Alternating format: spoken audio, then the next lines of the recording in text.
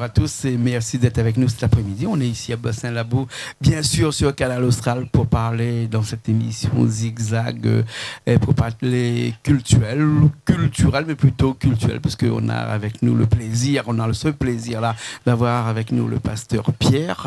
Bonjour pasteur. Bonjour frère Jean-Claude. C'est toujours un grand plaisir renouvelé d'être ici à Canal Austral. Merci, merci. Comme généralement, quand vous êtes là, il y a pasteur Myriam aussi qui est avec nous. Bonjour aussi. frère Jean-Claude, merci beaucoup. Merci de nous accueillir. Merci. Et comme de temps en temps, il y a pasteur Corinne qui vient nous voir aussi. Bonjour frère Jean-Claude. Merci. On va parler d'un sujet aujourd'hui qui tient à cœur à beaucoup de gens qui nous regardent parce que c'est vraiment notre existence qui en dépend, parce qu'on dort, on se lève le matin et on pense tout le temps à ça. Qu'est-ce qui va se passer demain quand on ne sera plus là? Ou bien qu'est-ce qui va se passer demain même si on n'est plus là et qu'on est dans notre monde? Est-ce qu'il y a encore une vie après la mort? Est-ce qu'il existe des choses qu'on pourrait faire pour que notre vie après la mort soit meilleure? Ben, tout ça, c'est des choses qu'on dirait existentielles. Voilà. Pasteur Pierre, on m'a parlé tout à l'heure d'une trompette, mais d'une trompette, pas n'importe quelle trompette, mais la trompette, celui qui on souffle dedans, hein, et qui fait du bruit, qui fait de la musique actuellement. Explique-nous un petit coup, c'est quoi la grande trompette? Alors, merci infiniment, frère Jean-Claude.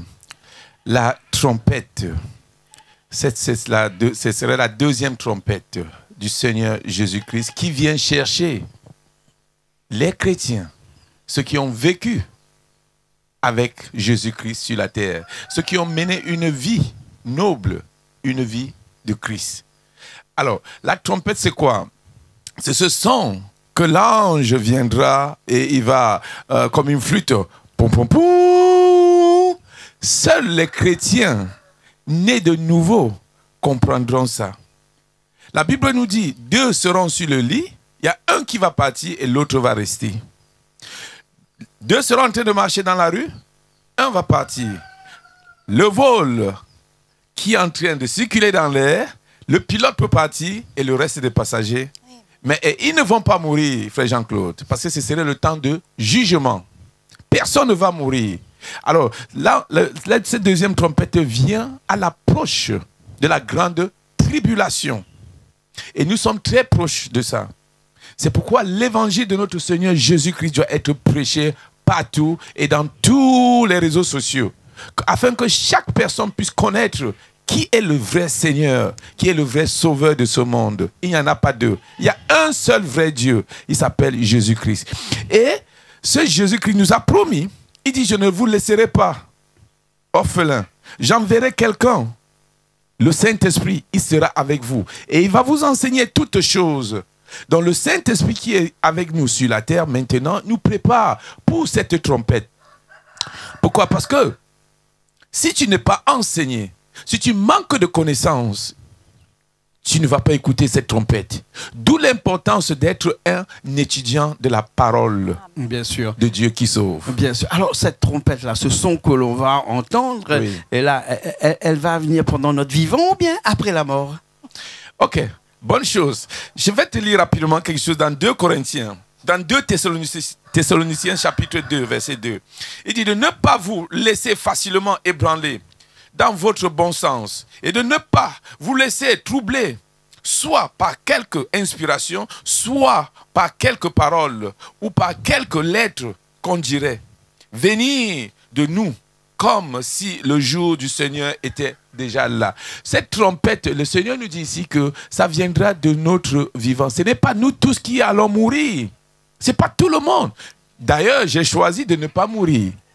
Jean-Claude, la mort, c'est un choix.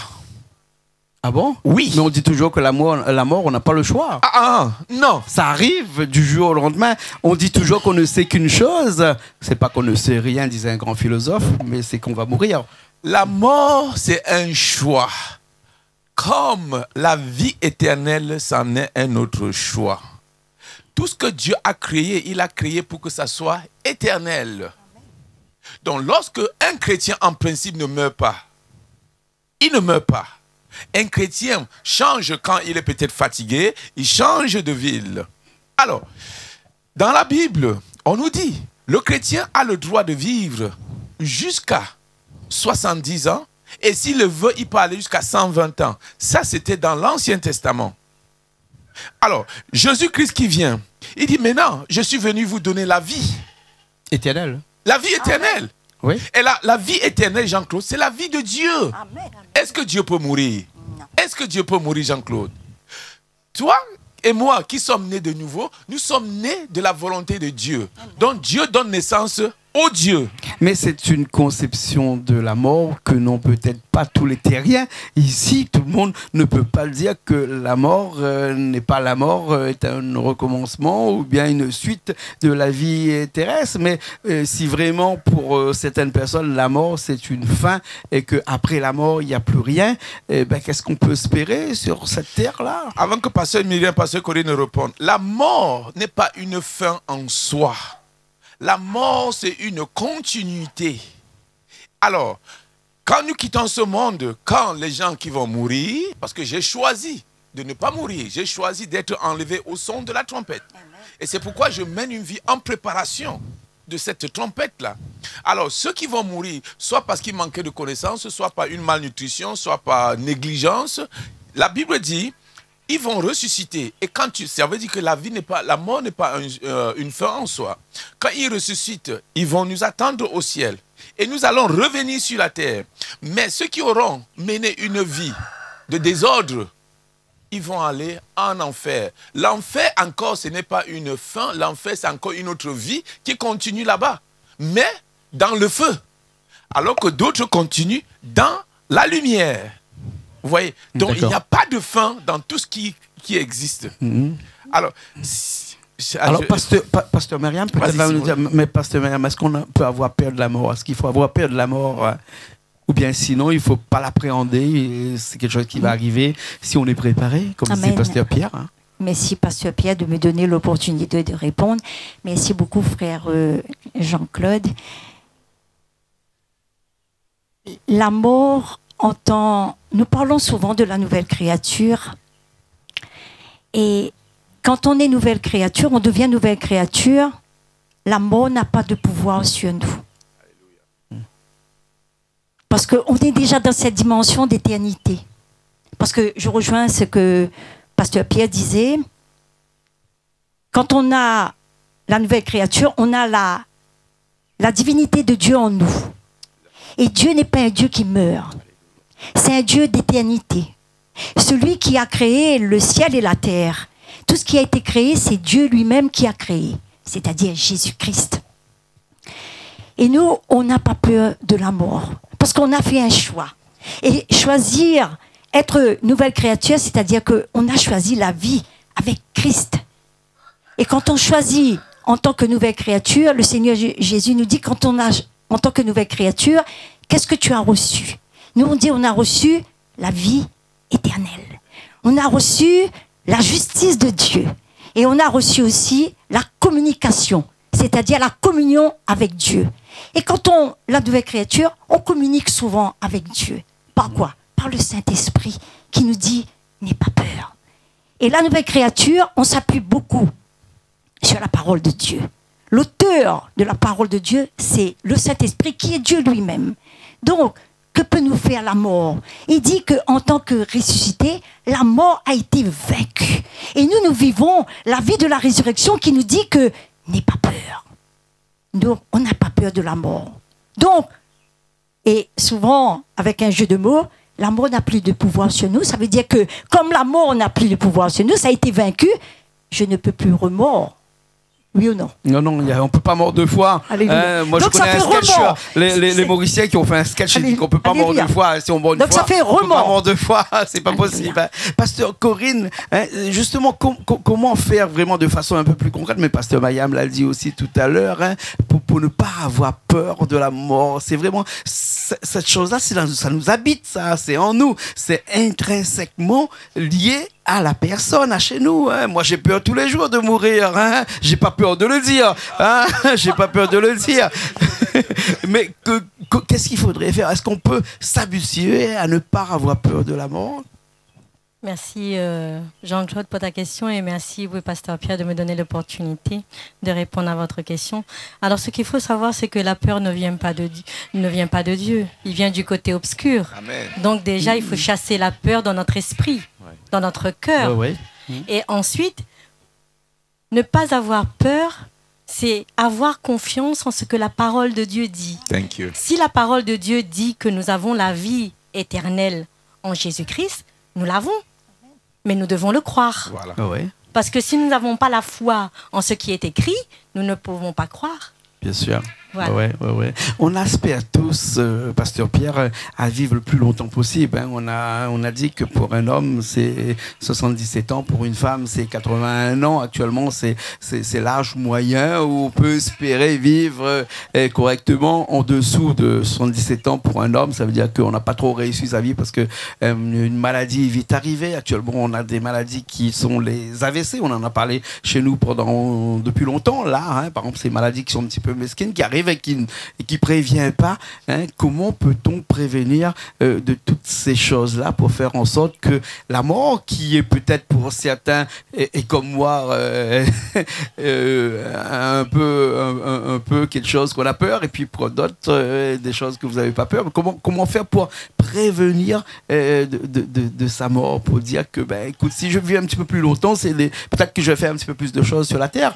Aussi, je vais rendre service un petit peu à mon prochain aussi. Peut-être si je reste un petit peu plus longtemps ici sur cette terre-là. Est-ce que là aussi il y a des prières ou bien sinon là aussi c'est écrit et on peut rien faire?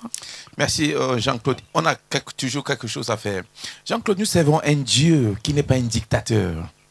Nous servons un Dieu qui est comme toi. Il nous donne toujours le choix.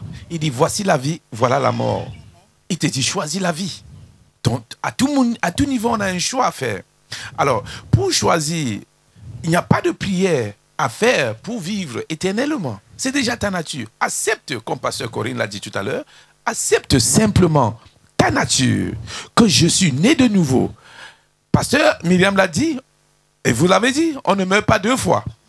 Jésus-Christ est mort déjà pour nous. Donc, je n'espère plus mourir. Il est mort pour moi. Donc, si je meurs, ça veut dire que je meurs deux fois. Donc, le travail de Jésus-Christ sur la croix était nul. Mais non, il a gagné. Amen. Il a dit tout est accompli. Amen. Alors, pour vivre éternellement, simplement accepter ta nouvelle nature. Accepter que je vis dans un corps, mais je ne suis pas ce corps. Je suis un esprit qui vit dans un corps. Et ce corps-ci, j'ai besoin de l'entretenir, comme quelqu'un disait tout à l'heure, bien manger, bien se soigner, faire la gymnastique et ne rien abuser. N'abuse de rien. Et tu maintiens ce corps. Parce que quand tu perds ce corps, tu es obligé de quitter la terre. Le cadeau que Dieu nous a donné pour vivre sur la terre, c'est ce corps. Voilà pourquoi le démon ne peut pas vivre ici. Il est obligé d'entrer dans un corps pour vivre ici. Alors, nous sommes des êtres spirituels. Donc, pour vivre la vie éternelle, simplement croire à la parole de Jésus-Christ, croire que je suis un esprit de Dieu. Et ne rien abuser. Avoir un cœur, fait du bien. J'aime ce que vous avez dit, Jean-Claude. Fais du bien. Il est plus agréable de donner que de recevoir. Quand tu fais du bien, tu as la paix dans le cœur. Le cancer, d'où ça vient? Le cancer, d'où ça vient? Le diabète, l'arthrose, l'hypertension, d'où tout cela vient? Ça ne vient pas de Dieu. Ça ne vient pas de Dieu. C'est une création humaine. L'abus, le manque de connaissances permet que les gens tombent malades, Jean-Claude. Manque de connaissances, mon peuple s'appauvrit, il tombe malade et il périsse. Tout ce que l'homme a à faire pour vivre une meilleure vie sur la terre, c'est de vivre de la parole de Dieu. Amen. Aimer son prochain comme soi-même. Et faire abstraction de son esprit, de son corps aussi. Faire abstraction de son esprit, de son corps, parce qu'il faudrait se dire à chaque fois que mon corps est seulement une enveloppe et que c'est pas mon esprit. Si je meurs, c'est mon corps qui va mourir, mais pas mon esprit. Alléluia. Voilà, thank you. Vous avez posé une question, vous répondez encore tout à l'heure. Milovaou, tu connais la parole. Ah oui. Ouais. Fais abstraction, ne pas vivre charnellement. C'est ce que Jean-Claude voulait dire. Ouais. Ne pas vivre dans la chair. Vis par l'esprit. Et l'esprit, c'est quoi? C'est la parole de Dieu. Oui. Il dit, ma parole est esprit. D'accord. Ok. Pasteur Corinne, hein, la parole de Dieu, c'est aussi tout ce qu'on doit étudier. On doit faire en sorte de connaître les rhapsodies. Hein, on va en parler, on arrive à la fin de cette émission. Les rhapsodies des réalités, c'est vraiment la parole de Dieu qu'il faut prononcer tous les jours, qu'il faut lire tous les jours. Le rhapsodie, c'est un outil, on va dire, c'est comme un parchemin. On doit le lire tous les jours. Oui. Parce qu'en lisant le rhapsodie, on se bâtit à l'intérieur et on mûrit dans la parole de Dieu. Alléluia. Il y a des choses qu'on ne peut pas comprendre de nous-mêmes, Voilà. mais les paroles révélées dans le rhapsodie nous permettent de marcher plus dans l'esprit, comme disait tout à l'heure Pasteur Pierre. Le Rhapsodie est disponible tous les mois avec Pasteur qui on a avec lui là, Richard. Voilà, merci Richard. Tu peux faire un plan. Oui là, merci. Voilà, Rhapsodie des réalités. Et celui-là, c'est le mois de juillet. Voilà. Donc du coup, presque tous les mois, vous en avez. Chaque mois. Chaque mois, vous en avez un. Chaque mois et chaque jour, il est distribué aussi à travers les réseaux sociaux. D'accord, ok. Pasteur Myriam, les Rhapsodies de la réalité, ça fait quand même quelques années qu'on a ça ici à La Réunion. Et les gens lisent de plus en plus. Hein. Amen. Merci, Pasteur Pierre. Merci, frère Jean-Claude. Le Rhapsodie des réalités, on est souvent à faire des rappels. D'où l'importance de Rhapsodie des réalités. C'est un dévotionnel quotidien. C'est une manne. C'est une nourriture pour notre corps, notre âme, notre esprit. Et à l'écoute et à la lecture du Rhapsodie des réalités, les miracles et les guérisons viennent. Amen. Et nous, en ce moment, on a les 40 jours du partenariat pour le Rhapsodie des réalités et le Love Word Sat. Et nous demandons à chacun qui nous écoute, qui nous regarde aussi, nous cherchons des partenaires. Dieu veut que nous ayons des partenaires pour que la diffusion de ce Rhapsodie des réalités soit connue de tous. Il faut que ce Rhapsodie des réalités soit dans chaque foyer d'une famille, de la famille de la Réunion. Il faut que la parole de Dieu soit connue. Il faut que ça rentre dans les maisons. Il faut que ça devienne ce socle. Il faut que chaque famille réunionnaise se base sur la parole de Dieu. Afin, comme tout à l'heure pour répondre, qu'ils comprennent et qu'ils saisissent la vie éternelle et qu'ils deviennent et qu'ils reconnaissent que Jésus-Christ est Seigneur et Sauveur et qu'ils n'ont aucune maladie, aucune mort subite ou quoi que ce soit ne viendra les surprendre. Et à la lecture du Rhapsodie des réalités et être continuellement dans la connaissance qui est la parole de Dieu, tu n'as pas peur de la mort. Et tu es un candidat potentiel pour être enlevé. Il faut que tu sois dans la connaissance de la parole de Dieu. Donc, apprêtons-nous et lisons, comme il est dit dans Osée chapitre 4, verset 6, le peuple est détruit parce qu'il manque la connaissance. Et nous nous appuyons souvent sur ce verset-là. Donc, vous qui nous écoutez et qui nous regardez, ouvrez la Bible et lisez ce verset. Et appuyez-vous sur ce verset. Il ne se fait pas tard, mais il est temps aussi que nous nous appuyions sur la parole de Dieu afin que nous devenions, et toutes les âmes appartiennent à Dieu. Il faut que nous soyons, nous tous, enlevés et que nous n'avons pas subir ce que c'est que la grande tribulation. Bien sûr, merci. Amen. Merci Pasteur Myriam. Juste avant de finir, Pasteur Pierre, cette deuxième trompette, parce qu'on a parlé depuis tout à l'heure, un coup de trompette, ce son de musique qu'on va entendre là, on va parler une autre fois de la première, parce que s'il y a un deuxième, ça veut dire qu'il y a une première. Exactement. On en reparlera de la prochaine fois de la première. Il y a des signes qu'on peut s'attendre avant d'entendre cette deuxième trompette-là. Il y a bien sûr des signes. Et ces signes, vous allez les retrouver dans Matthieu 24. Les signes précurseurs. Et ces signes, si nous sommes ici, sur ce plateau, en train de parler de la deuxième trompette, ça fait partie des signes. Si Canal Austral a ouvert ses antennes pour nous, ça fait partie des signes. Je crois qu'il y a 5 ans, ça ne devait pas être possible. Donc Dieu fait tout pour annoncer, pour que le monde entier puisse comprendre que non, un jour, chacun va partir. Et que choisis, fais un bon choix. Donc, les signes de la deuxième trompette, c'est quoi? C'est que l'évangile, comme le Rhapsodie, ça se publie partout. On a 40 jours, on va distribuer partout dans le monde. C'est le dévotionnel le plus distribué dans le monde et le plus lu après la Bible. Et c'est écrit par l'homme de Dieu, Pasteur Chris Oyakilome. Alors, ce dévotionnel a créé des miracles. Tu étudies ça, tu lis avec ta Bible, tu deviens un homme rempli de la connaissance. Amen. Et la peur n'a pas pouvoir sur toi. Alors, si je peux conclure, je sais que le temps, si tu nous écoutes, mon frère, ma soeur, aujourd'hui, sache que le Seigneur Jésus-Christ t'aime. Il ne veut pas que tu ailles du côté de l'enfer.